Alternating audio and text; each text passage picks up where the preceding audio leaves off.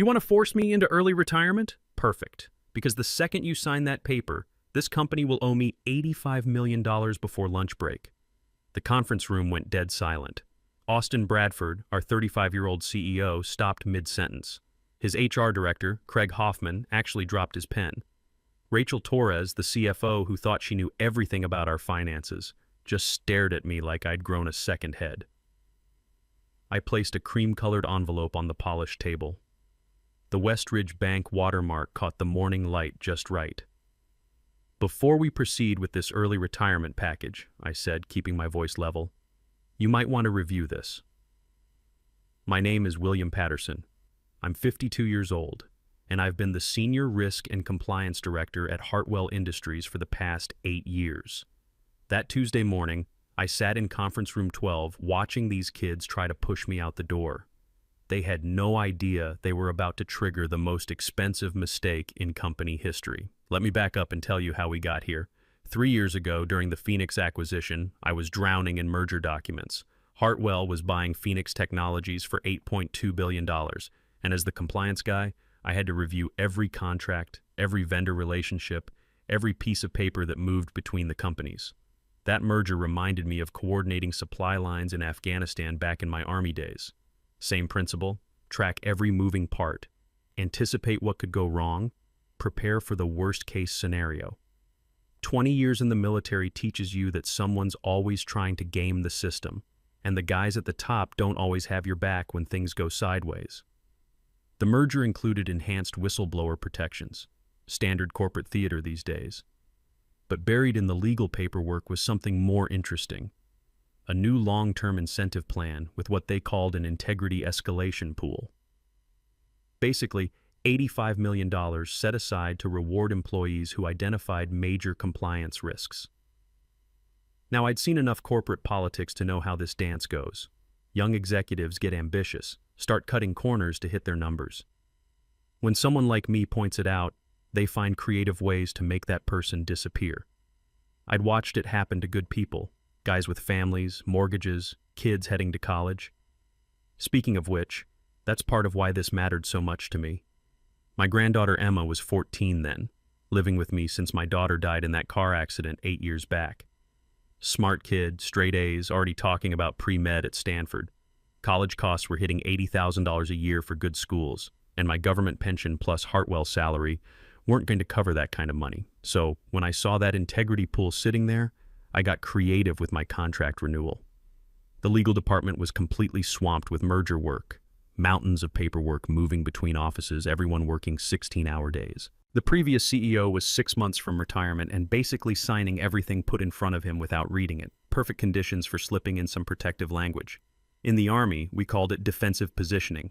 You dig your foxhole before you need it, not after the shooting starts. I called my addition an integrity, performance, and change trigger clause. Boring name, right? That was intentional. If I filed a formal compliance warning about financial irregularities exceeding $25 million, and the company responded with any adverse employment action within 45 days, I'd receive the entire integrity pool as compensation. Here's the brilliant part. I didn't just put it in my employment contract. I structured it as a side agreement requiring only CEO and board compensation committee approval. No full board review needed. Then I set up an escrow arrangement with Westridge Bank, the same institution handling our M&A custody services. Once triggered, they'd release the funds automatically from the designated reserve accounts. No takebacks, no additional approvals required. The old CEO signed it without even reading past the first paragraph. Why would he care? He was sailing off into a $12 million golden parachute retirement. The compensation committee approved it along with 30 other routine paperwork items and a batch vote. Legal stamped it approved as standard post-merger employee protection language. For 3 years, I was the perfect employee. Stellar performance reviews, company awards, even won the President's Excellence Award for contract optimization, all while sitting on an $85 million insurance policy against corporate retaliation. Then Austin Bradford took over as CEO. Austin's father had been chairman of the board for 20 years before retiring. Junior grew up thinking Hartwell Industries was his family inheritance. At 35, he had an MBA from Wharton, 0 real-world experience, and absolutely no patience for what he called legacy processes. which basically meant anyone over 45 who remembered how things used to work around here. The writing was on the wall the day he brought in his own leadership team. Rachel Torres as CFO, 29 years old, aggressive as hell, treated the finance department like her personal kingdom. Craig Hoffman as HR director, some consultant who specialized in organizational optimization, which is corporate speak for getting rid of people you don't like. Emma could see I was worried about my job security. She was 17 now, junior year of high school, already stressed about college applications. "Grandpa, what happens if they fire you?" she asked one evening while we were reviewing her SAT prep materials. "They won't fire me, sweetheart. I'm too valuable," I told her, but honestly I wasn't sure anymore. "But what if they do? How will I afford college?" That conversation kept me up that night. This kid had already lost her mother. She wasn't going to lose her future because some entitled brat wanted to clean house. About 20 months ago, I started noticing some irregular vendor payments while doing my quarterly compliance review. Nothing huge at first, just a consulting company called Phoenix Capital Solutions getting monthly payments of $600,000 for strategic advisory services. Phoenix Capital Solutions. Same name as the company we'd acquired, but this was a different entity entirely. Red flag number 1. I pulled the vendor file on Phoenix Capital Solutions, incorporated in Nevada 18 months earlier. No website, no industry certifications, no track record of any kind. The address was a UPS store in Las Vegas. When you've spent 12 years in military procurement, you develop a nose for shell companies and ghost contractors. Every payment authorization had Rachel's digital signature, not her deputies, not rotating through other executives like normal approval chains. Always Rachel, always within 6 hours of invoice submission. In the Army, we called that kind of pattern single point of failure. Usually meant someone was running their own side operation. I dug deeper into the Nevada Secretary of State filings. Phoenix Capital's registered agent was Torres Family Holdings LLC, the same LLC that appeared in Rachel's executive disclosure forms as her personal investment vehicle. Our CFO was paying herself $600,000 a month through a shell company. I went back through 18 months of payment records, $10.8 million total. But Rachel was smart about it. She'd split the payments across different cost centers: facilities maintenance, IT consulting, emergency repairs, strategic planning. No single department would see the full picture unless someone was specifically looking for it. Then I found the real smoking gun. I cross-referenced our actual facility records with the Phoenix Capital invoices. They were billing us for HVAC upgrades that never happened, server maintenance on equipment we didn't own, security system repairs at facilities that didn't exist. The invoices were complete fiction. But that wasn't even the biggest problem. The more I dug, the more I found. Austin had his own setup, Bradford Strategic Consulting, incorporated in Delaware, billing us $400,000 monthly for executive advisory services. I checked our board meeting minutes. No mention of any external strategic consulting contract. The payments were being coded as management development expenses and buried in the training budget. Craig's operation was more sophisticated. Hoffman Solutions LLC, pulling $350,000 monthly for HR optimization consulting. At least his invoices referenced actual HR projects, but when I checked with the department heads, none of them had ever heard of Hoffman Solutions or requested any outside consulting. Over 18 months, I was looking at a total of $23.4 million in fraudulent payments.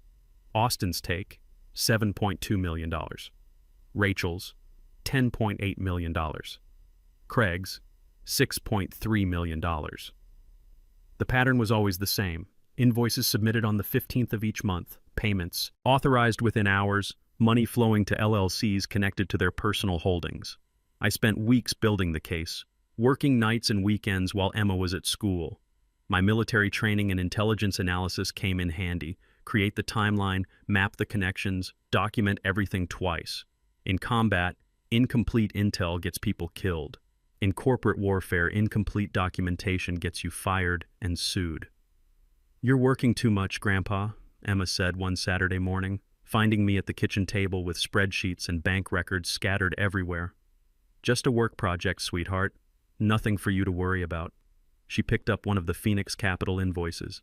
"This company charged us $50,000 for cooling system maintenance. That's like Most people's salary. Smart kid, too smart sometimes.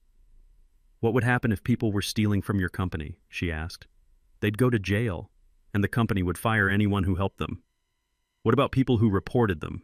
I looked at my granddaughter, 17 years old, looking more like her mother every day, asking questions that showed she understood exactly what was at stake here. The good companies protect whistleblowers. The bad companies try to destroy them. Which kind is yours? That was the million-dollar question. Or, in this case, the $85 million question. I put together a comprehensive 47-page report. Flowcharts showing money moving from Hartwell to the shell companies to personal accounts. Email threads where they discussed coding strategies to avoid detection. Bank records proving the facility's work they'd billed us for never happened. Even found the Delaware and Nevada corporate filings connecting everything back to their personal LLCs. The smoking gun was an email thread I recovered from the IT backup servers.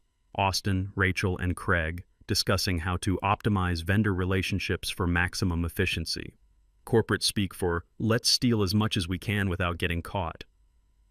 On a Monday morning in September, I filed a formal code red integrity warning with the Internal Audit Committee. Following company protocol, I copied the board audit chair and sent notifications to legal and HR. The response was faster than I expected. By noon that day, my access to the procurement system was temporarily restricted for system maintenance. By 3 p.m., I was excluded from the weekly executive leadership meeting due to agenda changes. By close of business, half my team was reassigned to support critical initiatives in other departments. Tuesday brought more surgical strikes. My corporate parking spot was reallocated to optimize space utilization. My company credit card was flagged for routine security review despite having 0 charges on it. My email access had technical issues that somehow only affected messages to board members and audit committee members. The pattern was textbook retaliation. Isolate the target, remove their resources, make them look incompetent. I'd seen it happen to good soldiers who reported corruption up the chain of command. The only difference was that in the Army, we called it fragging. In corporate America, they called it performance management. Wednesday morning, Austin called me into his corner office. The kid was sitting behind a desk that cost more than most people's cars, wearing a suit that probably cost more than Emma's entire college application budget. "Bill, you're playing a dangerous game," he said, not bothering with small talk. "I'm following compliance protocols," I replied. "You're exceeding your authority. Vendor management isn't your domain. Contract compliance is exactly my domain, and $23 million in suspicious payments requires investigation." His smile reminded me of every entitled officer I'd ever served under, guys who got their bars through family connections instead of earning them in the field.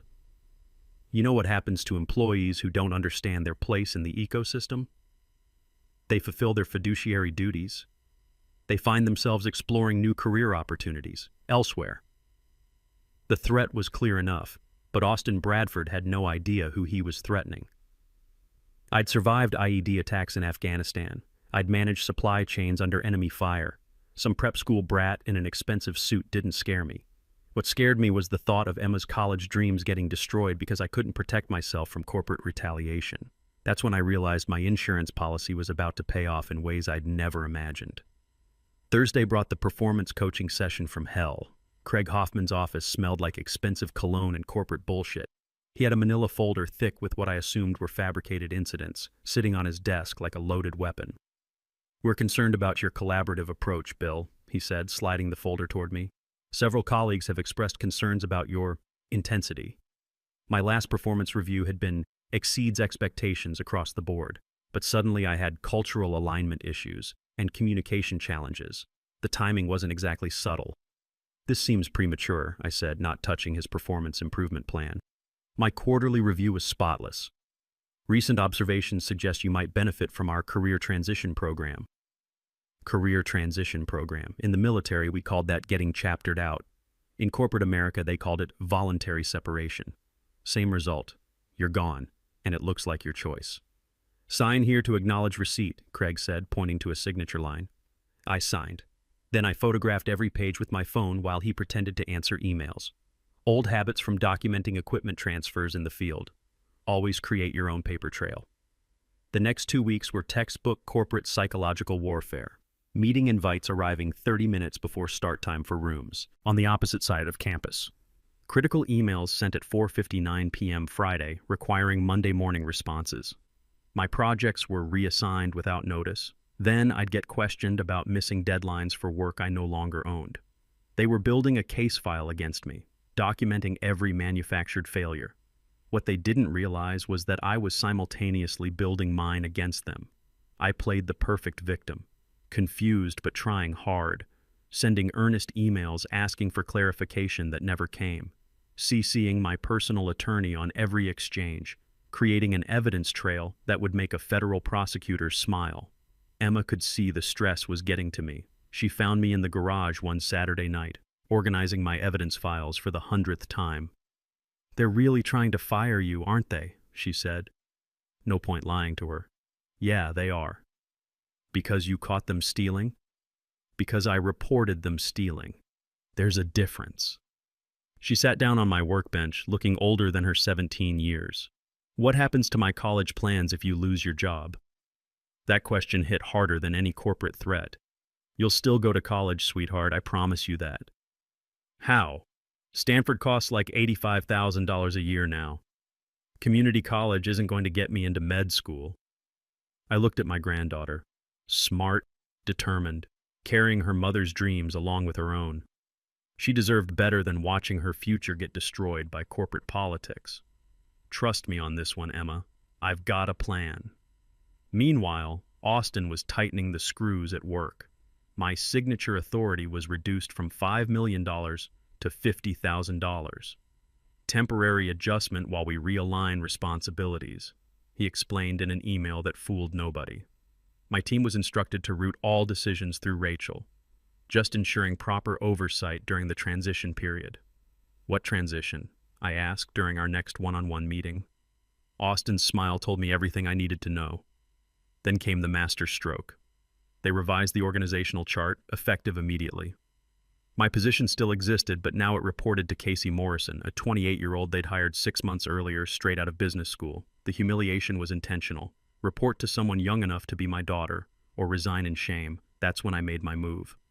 I filed formal notice of integrity escalation with Westridge Bank. Not the informal warning I'd sent to the audit committee weeks earlier. This was the legal notification outlined in my contract clause, sent via certified mail to the board secretary, the escrow agent, and my attorney.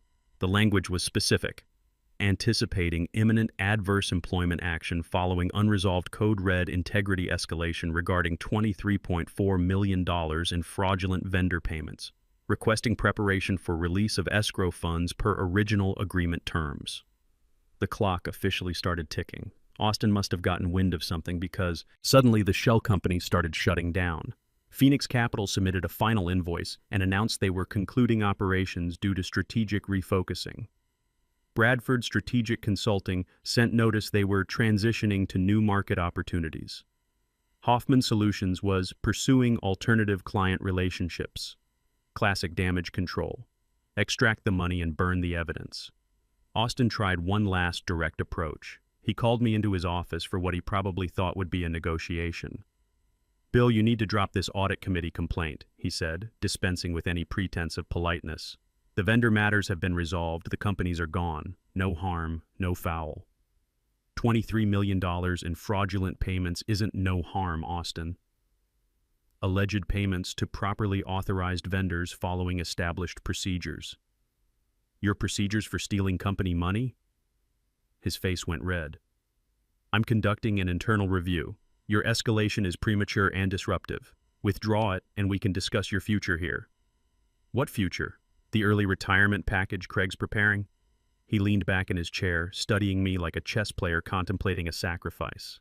"Companies need team players, not crusaders. But we're not unreasonable. 8 months salary, full benefits, excellent recommendation letter. All you have to do is withdraw your complaint and sign a standard separation agreement. Standard meaning an NDA that would bury everything I'd discovered." "I'll need to review any proposal carefully," I said. "You'll have it Monday. Take the weekend to think about your options. Consider what's best for everyone." What Austin didn't know was that I'd already considered every option, and in 72 hours, his Monday morning was going to arrive with an $85 million invoice attached. I spent that weekend with Emma, helping her finish her Stanford application essay. She was writing about overcoming adversity, about losing her mother but finding strength in family support. "I hope I get in," she said, reviewing her personal statement for the 10th time. "You will, and we'll find a way to pay for it." "Even if you lose your job?" I smiled, thinking about the Westridge Bank letter sitting in my home safe. "Especially then." Monday morning arrived with all the ceremony of an execution.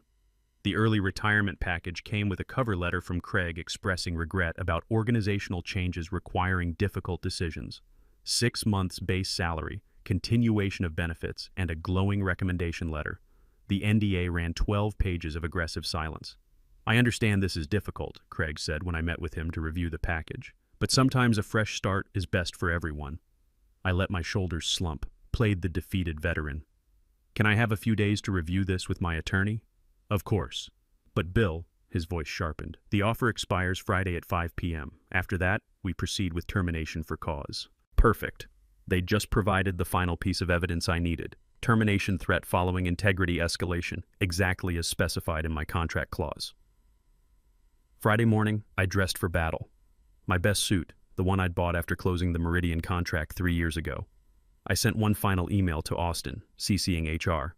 "Ready to discuss transition package. Can we meet at 10 a.m.? His response was immediate. "Conference room 12, we'll have everything ready." He thought he was closing the trap. He had no idea he was walking into mine. At 9:58 a.m., I sent a secured package to the Securities and Exchange Commission. 47 pages of evidence, fraudulent invoices, shell company documentation, the Nevada and Delaware corporate filings linking personal holdings to company vendors, a complete roadmap to $23.4 million in stolen funds. At 9:59 a.m., I stood outside conference room 12, looking through the glass at Austin's smug face, Craig's fake concern, Rachel's entitled arrogance. At 10 a.m. sharp, I walked into my $85 million moment. The conference room setup was pure corporate theater. Austin at the head of the table, fingers steepled in victory. Craig had his termination folder spread open with signature flags sticking out like yellow teeth. Rachel lounged with the casual confidence of someone who'd stolen $10.8 million and considered it a successful quarter. "Bill," Austin began, voice dripping with manufactured sympathy, "we've tried to make this work, but your continued disruption of normal business operations—" "You mean my integrity escalation regarding $23.4 million in fraudulent vendor payments?" Rachel's jaw tightened. "Alleged irregularities. And those matters have been reviewed internally. By the people who stole the money. How thorough." Craig jumped in, sliding the retirement package across the table. "We're offering you a final opportunity. Accept the early retirement package with full benefits, or we proceed with termination for cause." I didn't touch the paper. Instead, I pulled out my phone and placed it face up on the conference table. "Before we continue, there's something you need to understand. 48 hours ago, I notified Westridge Bank that adverse employment action was imminent following my unresolved Code Red escalation." The room went quiet except for the hum of the air conditioning. "What are you talking about?" Craig's pen stopped moving. "The integrity performance and change trigger clause in my employment contract. Surely legal reviewed it when you were planning my termination." His blank stare was answer enough. I pulled out the cream-colored envelope with the Westridge Bank seal.